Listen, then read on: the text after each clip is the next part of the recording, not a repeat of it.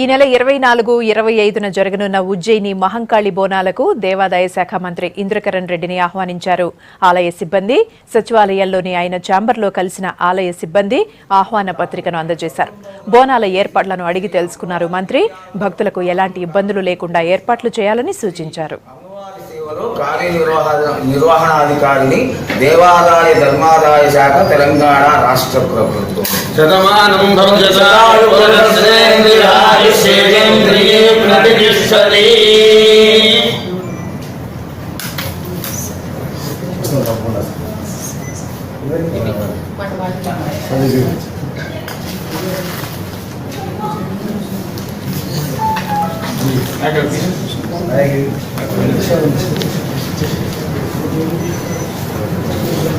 Thank you, sir.